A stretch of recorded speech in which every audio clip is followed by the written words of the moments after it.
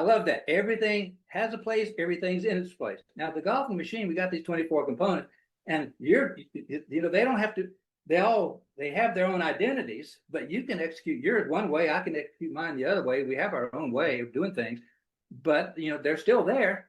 Oh, unless you deliberately zero them out, omit them, maybe you don't need it. If, let's say you got a little short chip, you don't need 4 sources of power for crying out loud. So you go down to one source. That works. So the point is that this left wrist function, which is component number 18, and the right forearm flying wedge, which is a part of the power package, chapter 6 is all about that. They have different functions. The right wrist and the left wrist, chapter 4 tells you what that is, the wrist conditions. Chapter 4, so the left wrist conditions and the right wrist condition aren't the same. They're not the same. They can be, but they're not. On the left, example, impact. There has to be, in order for the flying wedge, the assembly, the power package. Right, they have to correlate. Triangle assembly, right? They would have to correlate, wouldn't they? Well, they have to coordinate. I wouldn't. Oh, one is one gonna govern the other, or are they independent, or? There's a symbiotic relationship, let's say. If the left wrist is flat, then the right wrist is bent. You just go that simplistically.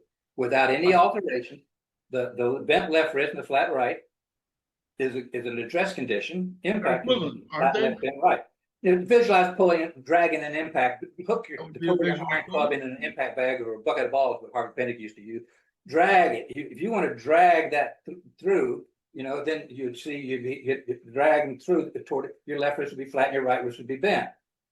Well, try it with your left wrist flat and your right wrist bent, dragging the impact bag the other way. You can't do it. You'd be this way. Now the right wrist would be flat and the left wrist would be bent. What? You're going this way. You got to go away from the target before you go toward the target. So left-handed. That doesn't mean you can't start with your hands left wrist flat, right wrist bent. You can, and many players do. But they got the hands leading the club, which is a good thing going toward the target. But we're now chasing the club going away from the target. Whoa, we want the club to be trailing us all the time in both directions. So if you start off with the hands leading the club head and you're going back, well, somewhere along the way, the top is a nice place, by the way, to rearrange that where now the hands lead the club coming down. So again, the sequence since the days of that Neanderthal man, body, arms, hands, club. I know Hogan's book says club, hands, arm, body, but he didn't do it that way. And all you got to do is look at the videos. It says it in 1948, his book, Power Golf. The backswing comes off of the forward press, which is the hip action, and then the hip action takes it away. And the hips follow the shoulder, or the shoulders follow the hips. Tommy Armour wrote that in 1953. You can turn your shoulders without turning your hips, but you can't turn your hips without turning your shoulders. So that's the idea. And a big problem in championship golf or the golf around the country is a sticky right hip. When that right hip does not clear out of the way, in other words, you haven't done McDonald exercise number 2 correctly, and then learn to take that motion as your startup in exercise number 10 and 11, that becomes your whole startup. See, then all of a sudden now you got, hey, see this thread and this beads? They don't start the action. What starts the action is this. You turn the axis to spin the flywheel. That gets everything going. But now that doesn't mean you can't start it back like that, but you got to regroup. Because if you come down like that, you're already in throwaway. And if you come down like that, it's all gone. You just can't do it. You could, at some point, you have to reverse it. My point to you was the cocking and uncocking of the left wrist, which is the shortening and lengthening of the radius, which is done for power and true velocity power. That club rips around to get in line. That's this motion. It is not. It's a perpendicular motion. It's not a horizontal motion. That's number one. It's not a horizontal motion of the right wrist. It's a vertical perpendicular motion of the left wrist, and that's where the baseball players and football players, and I've trained a lot of them. That's where they leave the building because they're coming in the same way they've always done with their trail hand. Talking right-handed terms, easy that way, like the B flat trumpet player. They've had that transposed to the key of C forever in music. Okay, transposed left-handers. That right wrist flattens, the left wrist bends. Now you're going the rhythm, the hands and the 2 aren't going around together, same RPM, and there you go.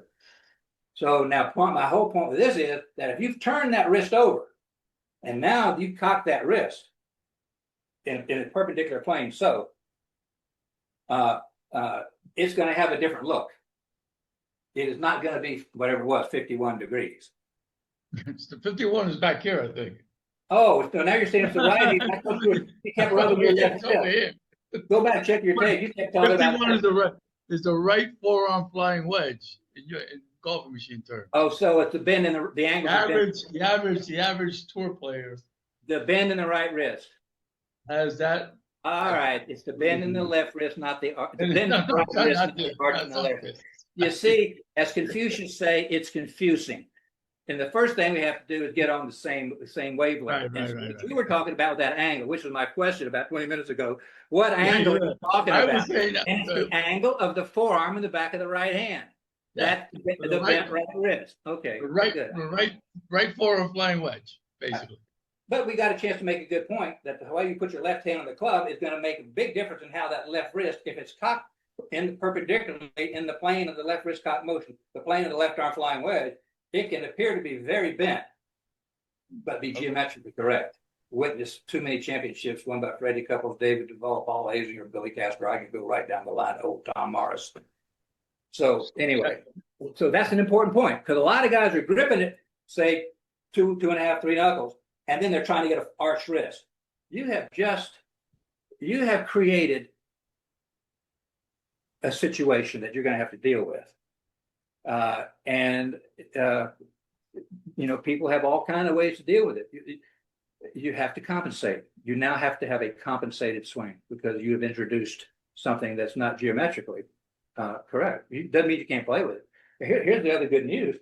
If you have, let's say, I don't know how I can illustrate this without let's see, how can I do this? So let's say I've got as long as that. So you got this thing called a flail at work. The left arm and club are the flail. In this primary lever I talked about, the left arm and club, the club itself is a secondary lever. So when you cock and uncock the secondary lever, right? But the whole thing, the whole assembly of levers, it is an assembly of levers, and it's composed of the left arm and the club. Okay. So the flail is working. You're not playing golf with one stick, I hope. Can't get any power there. Except, boy, that 20, 30-yard pitch, it works great. So golf with one stick is great as long as you don't need the power. And if you don't need the power, then why use it? Because if you load up for power, then don't use it. You know how you don't use it? You get dainty. You have to get dainty. And daintiness is dangerous. So you want to be able to strike that ball with authority around the greens and just not have it go anywhere. You have massive differences in amount of applied power, and yet the ball only moves feet and inches, not yards. That's the deal. Remember, from 8 feet, 8 feet your dividing line on that green. At 8 feet, half the putts go in, half the putts stay out. Over 8 feet, at 10 feet, 2 out of 3 stay out. At 2 feet, they all go in. It's a de minimis thing. I mean, like 1 in 1,000 misses. Usually, it's probably a guy like Winnie Watkins walking by and just backhanding. But by and large, they don't miss from 2 feet. 3 feet, they miss 1 in 20. 5 feet, they miss 1 in 2. 1 in 3. 8 feet, they miss 8 feet, they miss 1 and 2. At 15 feet, the 3 putt starts to raise its head. 1% chance of 3 putt, even on the PGA Tour at 15 feet. And then 25, 30, there's other measurements. So what my point there is that tactics have to change. But regardless, a lot of it is distance control. And if you don't need the power, you don't use it. And you can mechanically reduce source of power if you know what those mechanical sources of power are. And it's not hard. I teach it to a 6-year-old and do. All right, so point here, let me get back to this point. So if I've got, let's just say, an inline, so this flail is working. The normal thing, law of life, things hang in line, right? The older you get, the more you realize that. To accumulate power, I take it out of line. Okay, I've accumulated power. I've stored power. I've taken an inline condition out of line. Just like if I take my left arm in a dress and swing it across my chest, I've taken an inline condition out of line. If I have the right arm that's bent and then bend it more, let's just say, because it's attached to my left shoulder via my left arm, I've taken essentially an inline condition out of line. When I have a wrist that's level, I cock it up, I've taken an inline condition out of line. When I take a vertical hand, turn it, and then roll it, I've taken an inline condition. It's never really out of line. That was different. It just stays in its own. That's a little, yeah. That's a different one. We can't go down that one. Point is that this flail, the inline condition is the law. When I take it out of line of accumulated power, when I release it, I release that stored potential. Now, here's the thing. Watch what happens here. See where it is? Whoa, went right back. Well, I just let it go. No. That's the law. So as I release it, it accelerates to its inline condition, and then it coasts. It has a momentum phase as it goes through, and then it goes back to inline, a deceleration. And this is a decel position. Mother Nature is forcing that to come back in line. You see a lot of stuff there. Anyway, point is that the law of the flail is at work all the time in the production of power. And I probably had a point when I started that little explanation. But so the law of the flail is there. The cocking, the uncocking. I can't recall that rule. Work. Basically taking me through the golfing machine. Well, yeah, in its own way.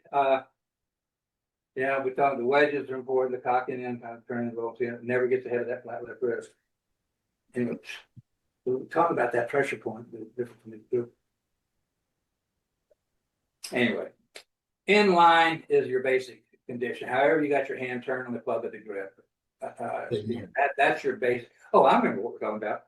So if this is the inline condition, say from my shoulder to my left arm, I don't know if you can see it.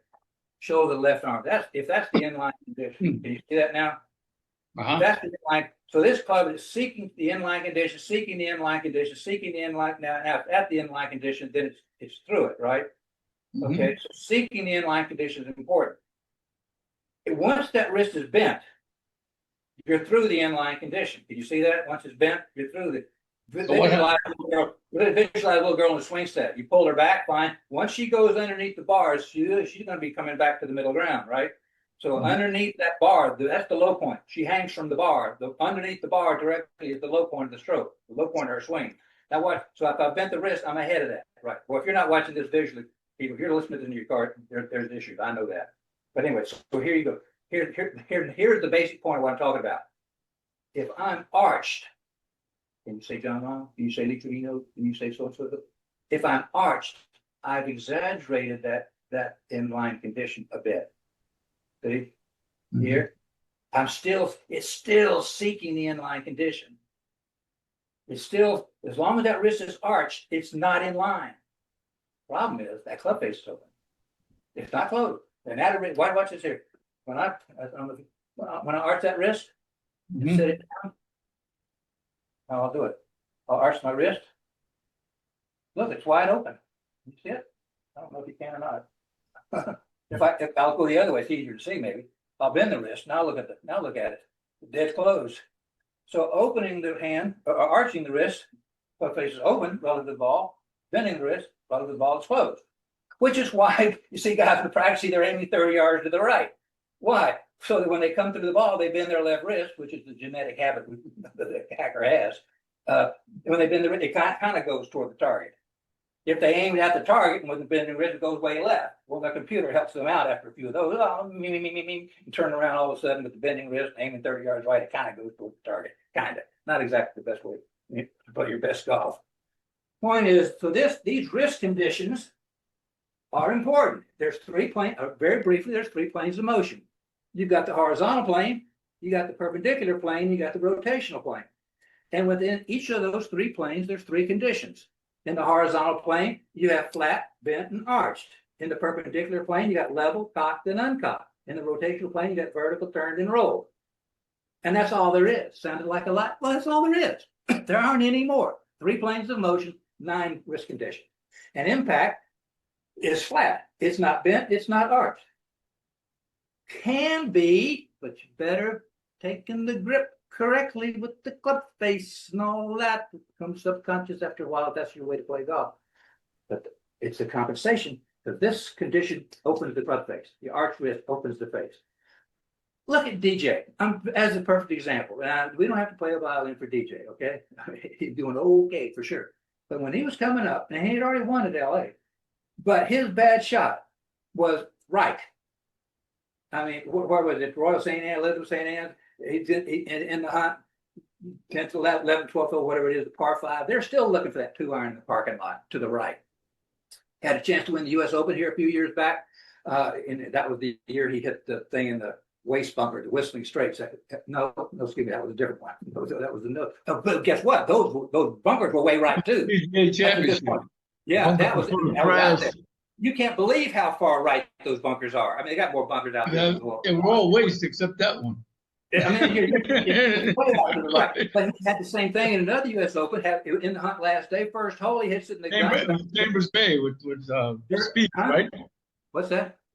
Chambers Bay, he lost to Spieth. I think that's when. He hit the gunk off the first. I think he made 7 on the first hole right out of the gate. He hit in the right. So again, we don't have to play the violin. A benefit for Dustin. He's doing okay. But point is, his bad shot was right. And why? Because at arched wrist, that face is open, and at his speeds. Now, hey, nobody gets it back on his left shoulder any quicker than he does. I mean, he goes from here to there almost instantly. From his extended position out here, full extension, both arms straight, or what we call the end of the follow through, that hand goes just like that. That is totally gone. But he didn't get rid of all that by impact far right.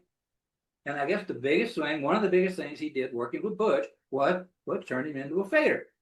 Because that's the natural action. It tends to produce a cut shot. Anyway, That's actually. I mean, you could say that not just for him. Morikawa plays that bold wrist fade. Well, and look at Torino. I mean, back in the day. And Torino said, of course, I don't play the philosophies. I aim left and I hit right. Larry Nelson's the same way. That gets into hitting versus swinging too. But anyway, let's don't go there. You got to learn use both arms, left and right. If you're a hitter, you better learn how to use that left hand because that right arm is just not enough. That left, say these words: left hand club face, right hand club head. So we're picking up the club head feel in the right hand, but that club face is that left hand, and that with the control, that lever control. So it's always a left arm stroke, even if the right arm is driving the club, it's a left arm stroke, and the pull is from the body pulling arm down pulling hand, and from the left. Anyway, so all right, yeah, there's a lot to this thing called golf, but in the end, if you learn the McDonald exercises. How about 5 and 6? 5 and 6, you put your feet close together and your feet are tapping. Right, left, left. And as the right foot comes down, the arm swing back. As the left heel comes down, the arm swing through. It's just the simplest little thing. Right, left, right, left, right, left. But I'm moving down below. I'm not cement legs like Byron Nelson, Tom Austin used to talk about. It's not this. Right, left, right, left. And so the motion of the arms and hands are following the motion of the feet. George Knudsen figured that out. Hogan called Knudsen, the Canadian, of course, died way too early, I think at 51. Hogan called him the greatest striker of his generation, which was right behind Hogan. And he figured it out. It's the centrifugal force, it's the loading, the feet, and then get reckless. That's a Tom Watson thing, get reckless. Let the club go where it wants to go. And Knudsen's words were, to gain control, you must give up control. So we're doing this whole centered action. And so we get it going, and then it reverses, and we keep it going. And it goes all the way through. You just don't get here, stop, and all of a sudden hit. You know, Rory's big on the split drill. And of course, I guess you got everybody all over the country doing the split hands drill, which is great. You know, it's a great drill. I learned it years ago with Paul Berkeley. That was in 1983. Great instructor. He was a clinician. And I went to him after I'd seen Homer Kelly because I knew Paul was big on kinesiology, the science of feel, if you will. I knew my alignments already, but I knew that Paul taught in sections. And of course, in the golfing machine, we're all about sections, 12 sections of the stroke. 3 to get ready, that's preliminary address, where you're figuring out your shot. Impact fix, that's where you're determining your impact alignment. And then adjusted address. So fix, preliminary fix, and then adjust. Then start up, backstroke top, start down, downstroke release, impact follow through finish. 3 to get ready, 3 to get up, 3 to get down, 3 to get around. So you work in sections in 3 zones, 24 components, and at a specific section, you get better, you get better, you get better, you get better, you get better. because you get more and more and more and more precise, assuming you know what you're trying to do, that what your alignments are. This is not about positions. The whole world is caught up in position golf, and I agree, you got to be in some position or another, but it's the alignments that are important. It's how are you aligned? I don't mean just aligned to the target. I mean, are your wedges aligned correctly? Or does your actions agree with the way you're holding everything? So alignment golf as opposed to position golf, that is a very, very, very big deal. Anyway, so Quick question. So you I may spent have time with an answer. Bertholli after you saw Bertholli after you saw Homer, correct? Oh yeah, so I did. I left. So with that, I did not quite finish that, did I? Rory then is all about the split hand drills. Well, I was doing the split hand drills with Homer Kelly, but 3 years before Rory was born. Okay. So he was born. I think he was born in '86, right? I was doing him in '83, Yeah. right? Somewhere.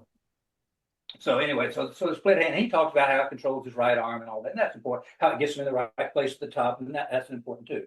No question. So this, well, Berkeley had what he called his swing pipe. Huh. He had 3 of them.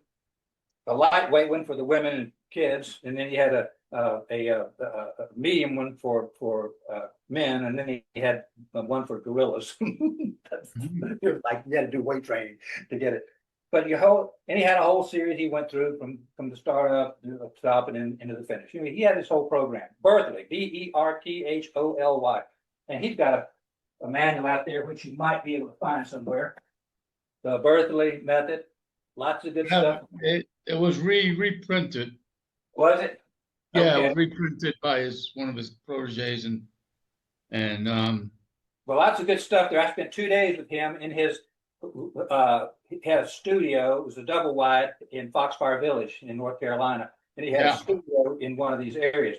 Anyway, so the idea was you had this pipe, and it was weighted at one end more than the other, and then you grip this little band. I don't know if you can see it, and then you take it through. You start up, and you assemble the keystone, which is the power package for us. Take it to the top, and you bring it down into here. Then this whole idea was you would let go with the right hand and you spin the rod.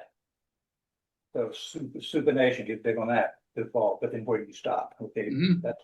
Anyway, point is, so Paul really had it together, but he had something he called a swing ball too. He did it with a little piece of string and a wiffle ball. Let's see, I had. Now this, you can tell how much wear this thing's got. I've been using this for 30 years. I'm gonna. Gee, this is really in bad shape. I'm ashamed of this one. This has got to be my. I'm gonna have to go down and get a new one. Well, you can't buy them. I got to go buy a grip. I got to go buy a piece of. This is an old telephone wire. I just took what I had available at the time. And then this is a baseball, little wiffle ball. He used a tiny little golf ball. I use this. All right. The idea is now you and this whole thing is about 45 inches, I guess, maybe I think 44 inches what he calls for in his book. But that's not a big deal. In other words, it's a golf club. You swing that back and through and back and through. But so he didn't have that one. This is just like swinging the rope. You've seen a million swinging the rope videos.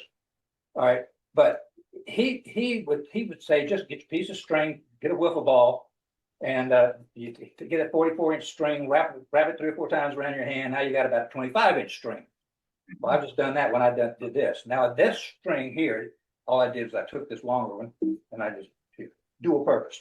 I've now got basically a 25-inch string. And this here, see how I've got this grip in my hand?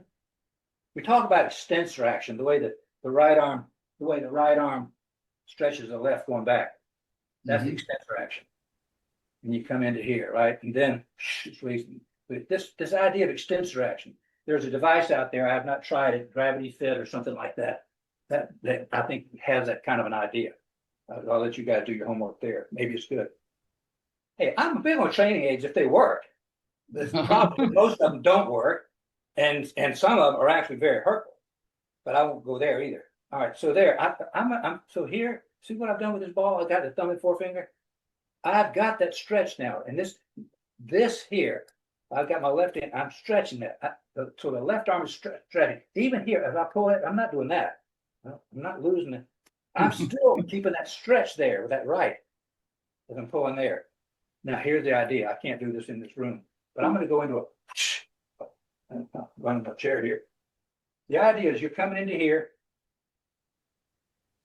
This is perfectly swing ball on steroids. So we're here. You got this idea. You're laying on what we call laying it on the line. So right at this point, that club shaft with the string, this mic telephone wire, is laid parallel. When I say telephone wire, they used to have landlines, boys and girls. Yeah. Anyway, there. I'm parallel to the baseline of my plane. So I've got that idea. Rory's big on that too. You've got good loading action. See you coming here. Guess what's taking this up? It's the right arm. The right arm's picking the club up. And they say, right arm's picking it up. Hey, that's not all that new either. Look at Bob Jones. He's writing about this back in the 30s. In his book, How I Play Golf, or whatever it was, 1960, he said, if you want to get a great top position, just pick the club straight up over your right shoulder. Make sure you got a nice little wrist cock. Rotate the trunk fully, hips and shoulders around a stationary head. You move further away from the computer, Lynn. What's that? Move further back so we can see your shoulders. Point is, it's a full rotation of the chest. Uh-huh. I got a little more belly than my chest needs, but Okay. But it's modal number 4. Right. 1, 2, 3, 4. It's modal number 4 is what he's talking about, around a stationary head. If I drop a plumb line from my chin, it falls precisely between my feet. If it falls back here, I'm out of line. If I fall here, I'm trying to create a centered arc. Now that doesn't mean I can't start here and create a center. I can, but now ball location changes everything. Everything changes once you get away from center. Anyway, so here, now we got that. Okay. I don't know if you can see. So if I put this club in my gut here, now I'm going to make this move. Shaft across the side. So I'm making that move. I'm staying centered. I'm not letting my chin go with it now. When I do this one, yeah, the chin goes. Chin can swivel, just like it does up here if I'm standing this way. Okay. The chin swivel is not moving your head. Bobbing is moving your head. Swaying is moving your head. Oh, the average tour player moves his head 3/4 of an inch to the right. Fine. What am I supposed to do? Teach somebody to move their head 3/4 of an inch? No. Stay centered. Keep it as still as you can. So here we go. Does that mean you're ball bound? Heck no. You move freely beneath yourself, said Mr. Jones. I move freely beneath myself, but the pivot needs some point on it to keep the thing in gear. You got a lot of things going on, the feet, the knees, hips, and shoulders. It's like that wind chime out there in your back patio. That wind chime is great, but it needs a center for everything to rotate around. That merry-go. Anyway, so we got that. Now watch what I did here. When I go this way, I put it in my gut. I'm going to keep it at right angles. I'm not going to make a little backswing. I'm just doing it. Look how far the club moved away from the ball. 3-4 feet. And I didn't do anything. And everybody's, oh, you got to keep the club in front of your body. Well, guess what? Pretty well does that, doesn't it? Yeah. So this startup move, see, the club doesn't want to go along with you. It's resisting. It's inertia. Isaac Newton told us that. Body at rest. Law number 1 stays at rest until it's acting on by the outside force. So here, man, see, once there. You see what I'm doing here? What I'm doing right now, I've never done before. Honest to God. This is the thing. A teacher who's been down enough roads, seen enough students, understand what he's talking about, know the principles, can demonstrate something in a million ways. I have never demonstrated that way before. I've demonstrated in many ways, but I've never been in a room this size with a camera pointing at me just like that and trying to demonstrate the idea that the club head does not want to go along with you as you're making this move.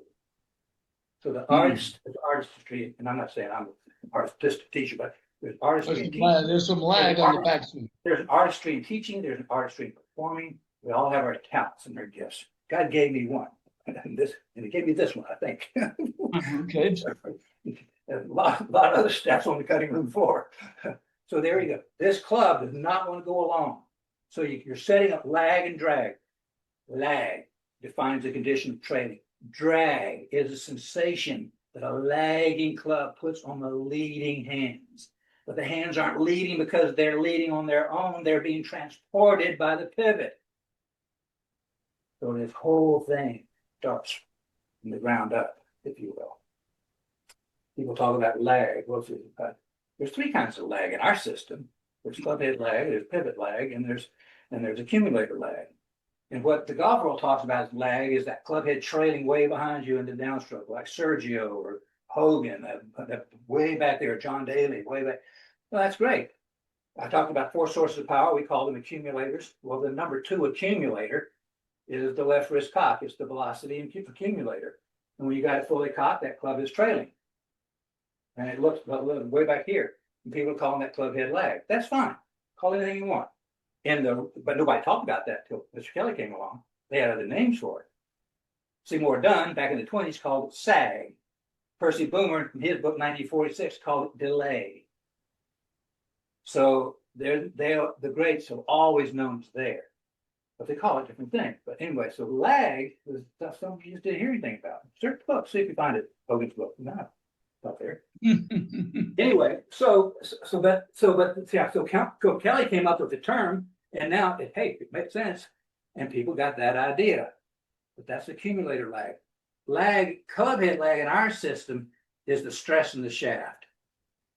When you load, you don't see much of it there. So I get something done. But when you get that shaft is stressed. See, I'm bending as hard as I can right here.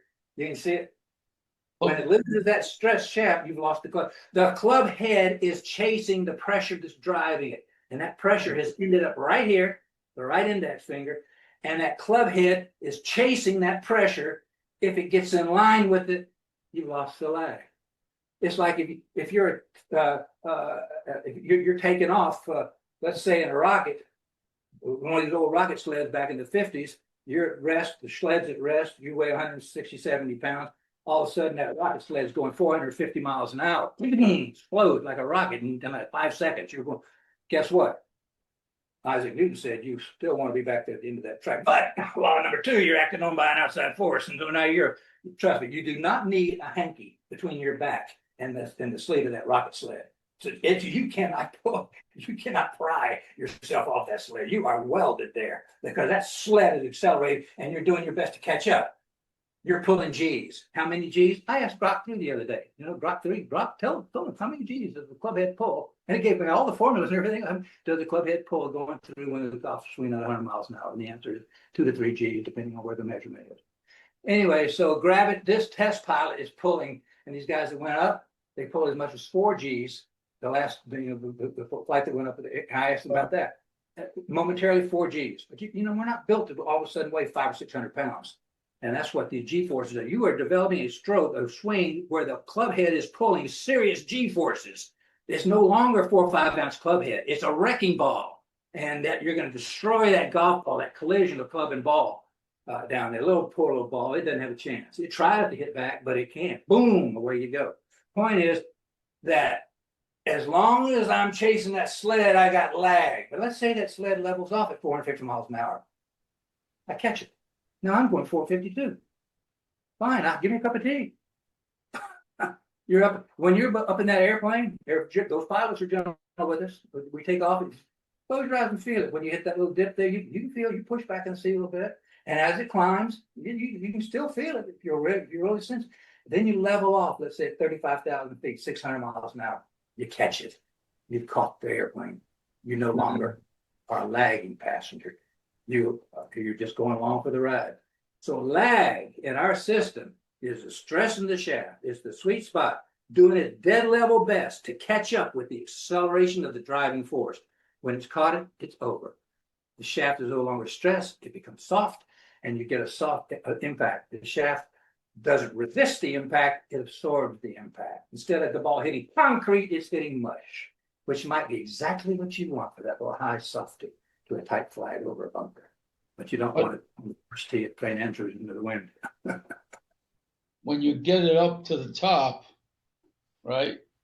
So if you take it to the top and back to that pressure, this number 3 or this right in the finger. So you go to the top, and before it gets to the top, you start transitioning with the lower body, right?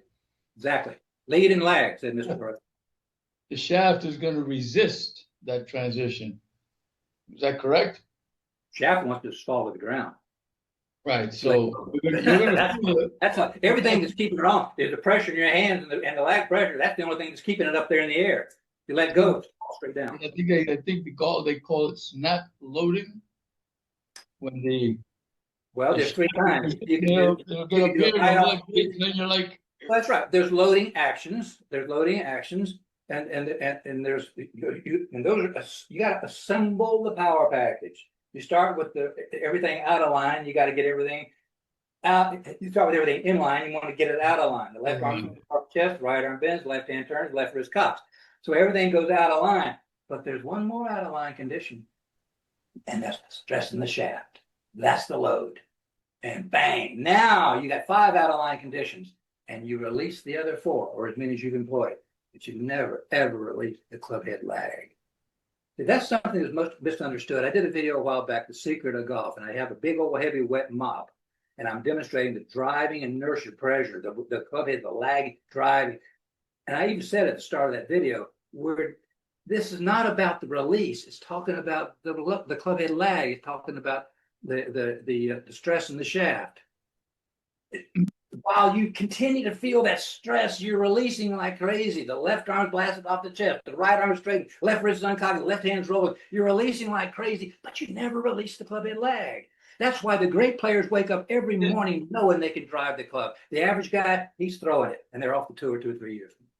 but at the point where both arms are straight and everything is back in line past the ball, you should no longer have. Do you still have lag? Once the right arm is straightened, and that's when you just coast to your finish. That's when you're coasting. That's when you get to 10,000 feet and everything's cool. Just coast into your finish.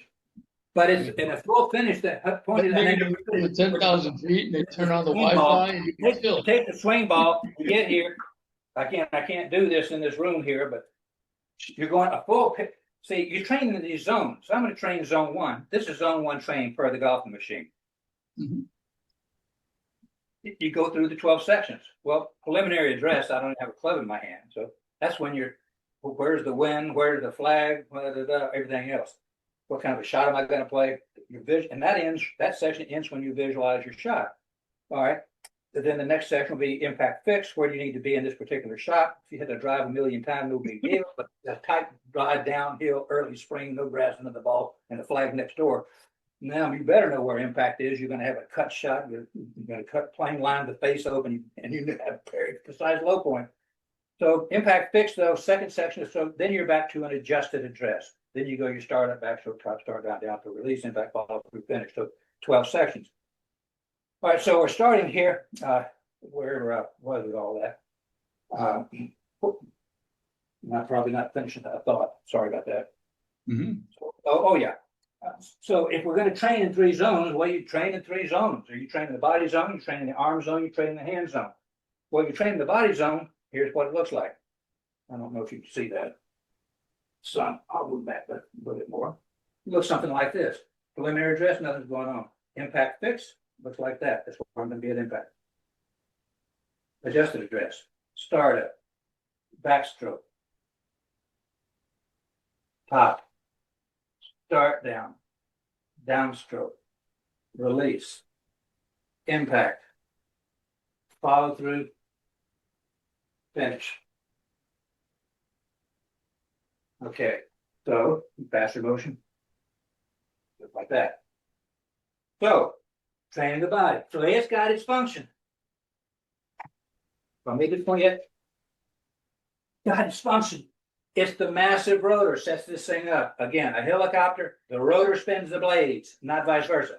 Remember that. And the Chinese drum. Remember helicopter, Chinese drum, the fan blade, you're in business. All of a sudden, it starts to make sense. All right, so we're here. There's my little extensor action. I'm pulling that ball in here. I'll do it this way. I'm coming into here, a little pump here, right? And then what? I'm going to do it slowly, make sure I don't kill anybody, but hit it in. All the way to my full finish. My right shoulder is going to be toward the target. I'm not finishing here. I'm going, my rotor is going to completely turn. It's going to take this left arm, which has been swung across the chest, and then there. Now, pressure point number 4, where the upper arm touching the side, has been loaded. Hogan called this his strongest move. Everybody putting their glove under here, their arm. Hey, come on, guys. Seriously. We got to get the club up in the air. Again, that doesn't look very golf-like, but that sure does. Well, how do we get the club in the air? Pick it up.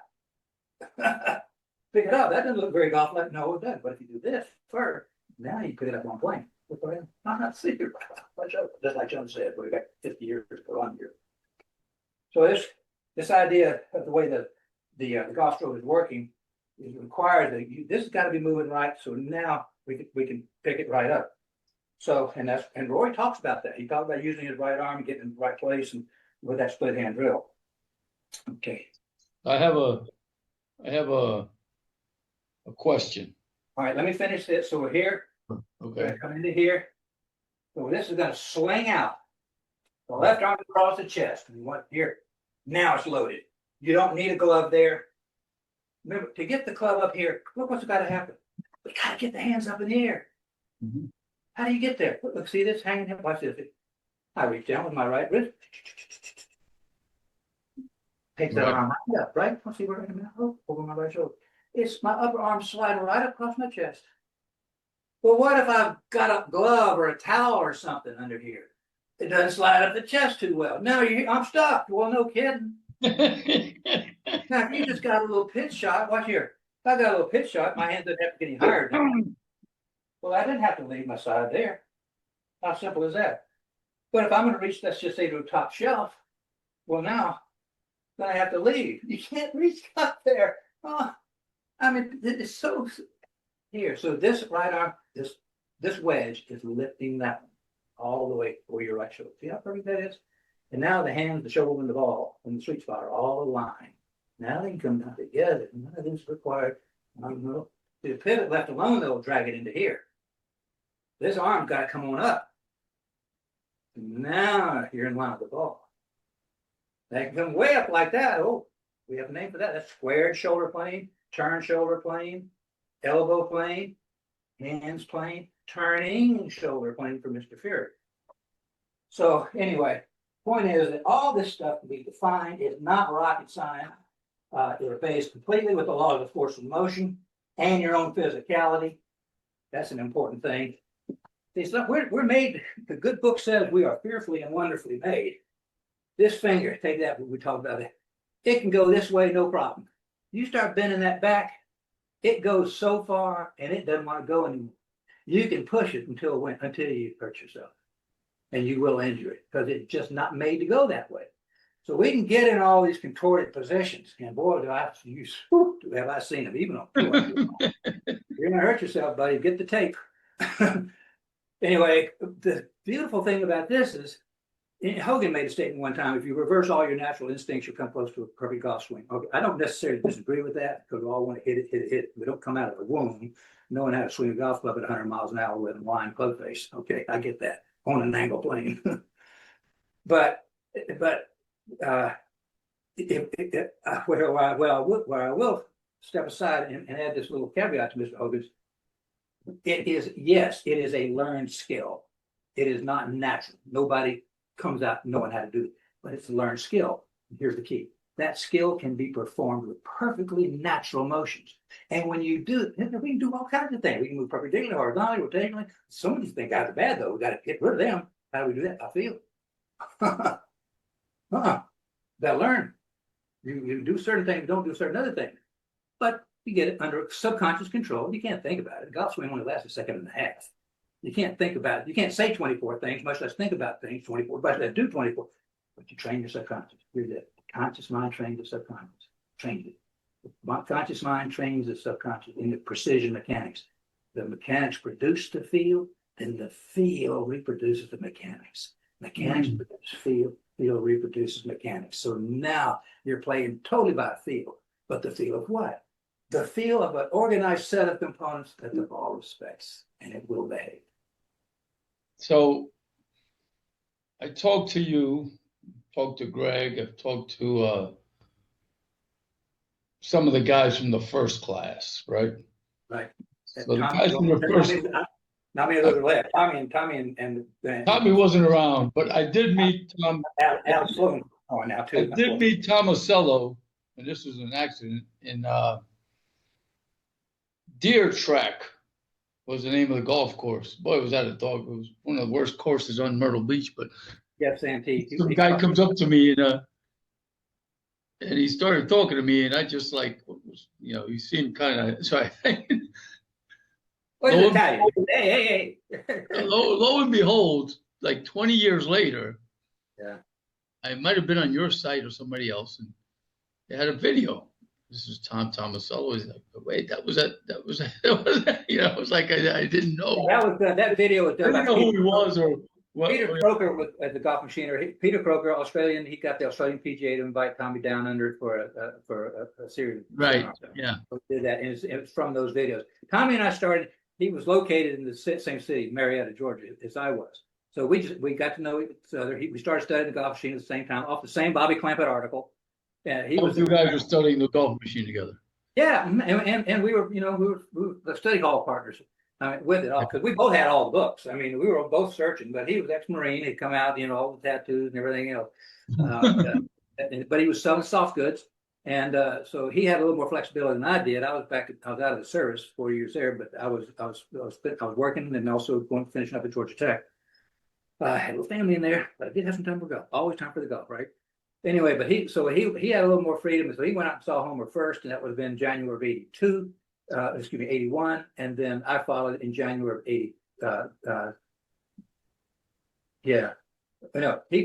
followed in January of 82. He was out in January of 81. I was out in January of 82, and then February of 83. On his way to do a class at Tommy's place, Homer Kelly dropped dead on the dais of the PGA sectional meeting in Macon, Georgia. So anyway, that was a terrible thing. I was boots on, heart attack. Besides Tomasello, right? Right. When I talked to these other guys, all they would talk about was Sally's chocolate chip cookies or something. There was some cookies she made. That's all they remember. Wait. You went in there with this guy. All you want to talk about is chocolate chip cookies. I just couldn't. Did she make good chocolate chip cookies? Was that the thing? Well, I spoke to you. You talked to me about the golf. I may have had some, but I don't recall that. What I recall of that, see, I was there before. There were five of us: me, Greg McHadden, Mike Holder, who was golf coach then at Oklahoma State, and then John Fye and Steve Snyder. Steve, I know, is still teaching up somewhere in North. I've not touched base with him in a long time, and totally lost touch with John. But those were our five. And we spent a week. We all flew in on a Sunday night, and we flew out on I guess a Saturday night. So we were there a full week, and we got a half a day. We went out to the range. He got about 15, 20 minutes with each one of us. The rest of the time, literally in his study, sitting at the feet. And the point of all that was occasionally Sally was working full time still, and she would come pass through. I'm not sure she ever brought cookies. Okay, so you don't remember the cookies, but you remember the golfing machine. That's the important part. So I remember I recorded that. The point of this at Thomas School, and I got returned recording the last school he did in the summer. He had one school before me in the summer. So he had Tommy's school in January of '81. Then he had another school in the summer, Bruce Huff and that crowd, and then me. And then he did something with Rick McCord and Dick Farley down in Florida for those guys there. But that's all. And then he was gone. That was a shame. He finally got to the point where he thought he could pass it on, and he passed it on. But the point is that whatever you guys, or whatever the curriculum you had, was not the first one. Whatever Homer went through with you guys is not as in-depth. I mean, is more in-depth than what these other guys got. Yeah, and I'm going to say this without one hint of egotism or braggadocio, right? But here it is. I got in touch with Homer in '81 because Tommy had started giving classes professionally. I wasn't teaching, I was back at school working and all that. But Tommy was starting to give classes. That's where he met Alex Sloan and had success. He was ordering books from Homer already, so he developed a relationship. And this is on the web. I did a phone call with him from Tommy's landline hanging on his wall in his den because I could not understand hinge action. I looked at the photos in chapter 10, the component number 1010. What in the world is all this armor, all these hinges on her arm? She looked like a samurai warrior, for goodness sake. I couldn't understand that. So it took a phone call to the man himself to actually understand what that was. So it was that, okay? Here's my point. And Ben had sent me the book in 79. So now I'm starting to talk to Homer, even though I hadn't been to his class yet. I'm starting to talk to Homer already, 80, 81, and I'd call him fairly regular. Many of those calls I recorded. It was so embryonic in those days. I mean, you had to get a recorder to hook it up some way or another. I figured out how to do it. Thank goodness. Same thing with the video. The video just didn't coming in. But I do have audio cassettes of all our classes. And I got all of Homer's classes and all the one he did in the summer, too. Anyway, so I knew what I was talking about at that point. I mean, I had it nailed down. And Homer even says this on his tapes. On the school he did with our class, he said, "This is the class I always wanted my master classes to be. You guys can teach yourself the rest of this, how the feet move, the knees move, the basic components. But we got deep into chapter 2. We got in the principles of geometry and really what made this thing. And the reason is because I asked the questions. I asked questions, quite frankly, that nobody else was asking. And because of that, he was more than happy to answer. In fact, he says, ask. I thrive on questions. And my questions went a lot different than is standard action, you lift your heel for component number 17. No, it went deep. That's what the consensus is outside. That class, your class, was the class. But I will say probably that without that incubation time, that's what we call it. You got the computer, and then you got the incubator where you cook ideas that you can't quite process yet. And just all the study that went before, it couldn't have happened the year or two before that. It couldn't have happened because I wasn't there yet. And that's part of the thing about the golfing machine. The more you learn, see, every time you bring more. I've got these tapes. I probably listened to them hundreds of times. I know what he's going to say next. 50, 40 hours of tapes. I know what the man's going to say.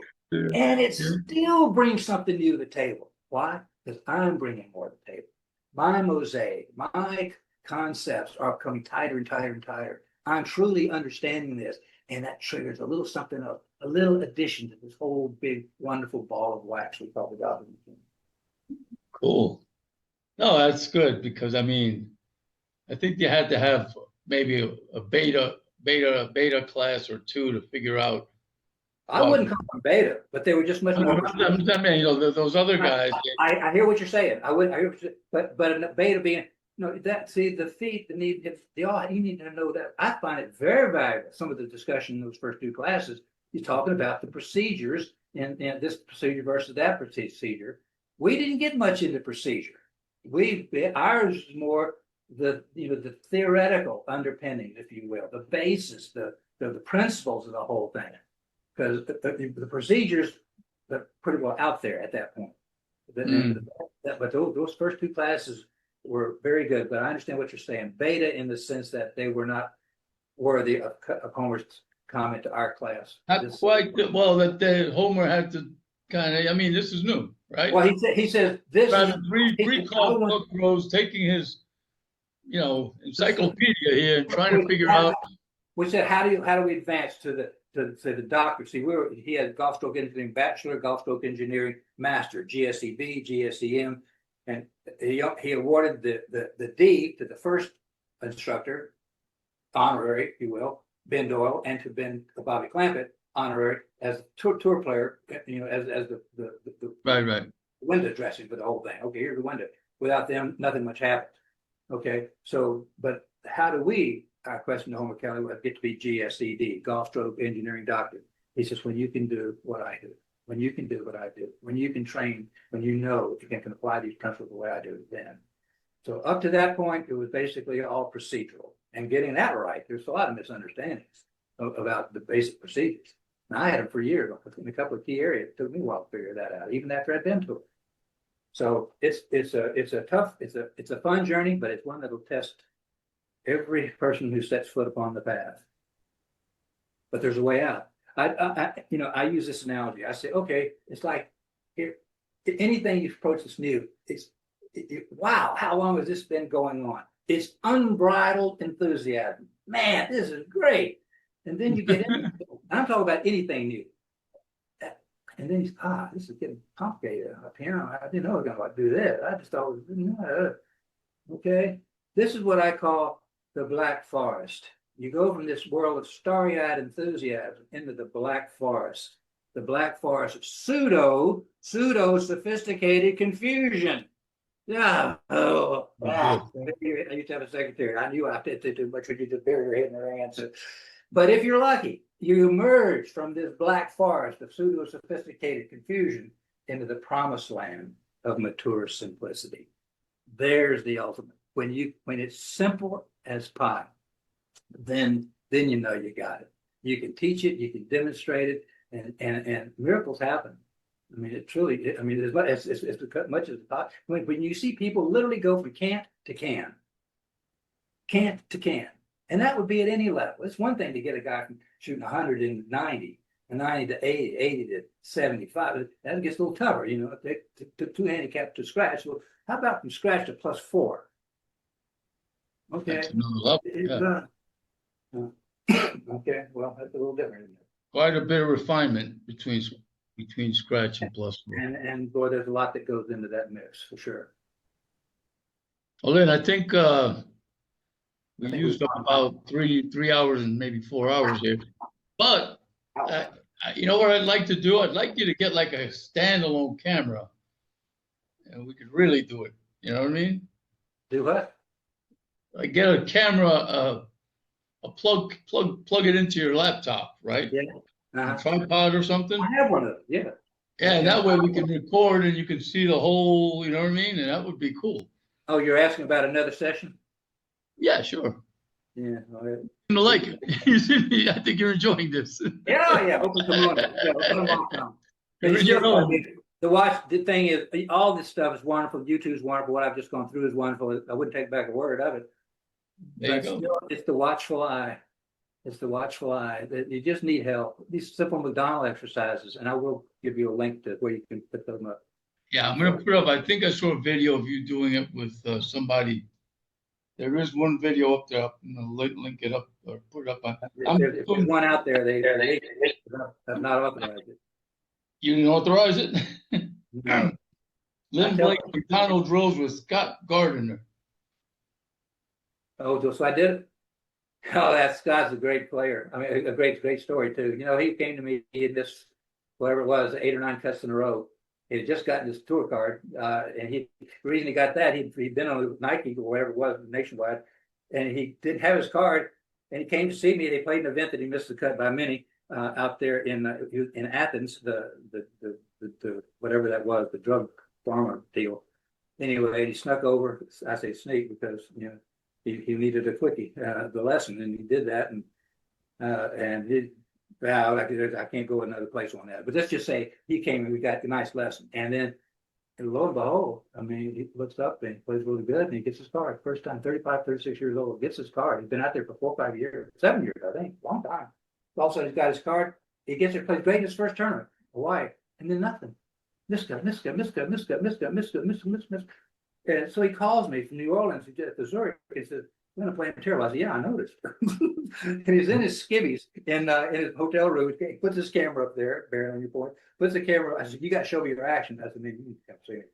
Because he lost one of the key things we were working on. Well, we got it with his underwear, everything else. Then he comes, so he goes from there. He drives down. He's riding with a caddy. And you're riding with a caddy from one place to another because he can't afford the airfare. You know things are tight, right? So he comes there, but the caddy drops him off in Atlanta. Great. Now we're working. We work for 2 days. That's what you're seeing there. And finally, Sunday he comes. I said, "Well, hey, look, I got school in Cary, North Carolina on Monday. I got to go. I got to go get there and get ready. And you got a tournament at Quail Hollow. You got to play the Kemper." And he said, "I know. I just it's the red of the one week." Okay. But we finally broke it up. Fast forward to Saturday the next week, and I'm teaching my bay, and the camera's on. Guess who is leading the Kemper Open at Quail Hollow? Scott Gardner. Who's behind him? Phil Mickelson, Lee Westwood, so and so. So I got a screenshot of the leaderboard. I'll send it to you. Did he win? No. but he got his biggest paycheck of his life. And why didn't he win? Because the night before he goes out and takes a putting lesson from Dave Stockton, and all of a sudden he gets 4-3 putts with Dave Stockton method. Wait a second. You're leading the guy during a tournament, and you go and all of a sudden you're going to putt like Dave Stockton.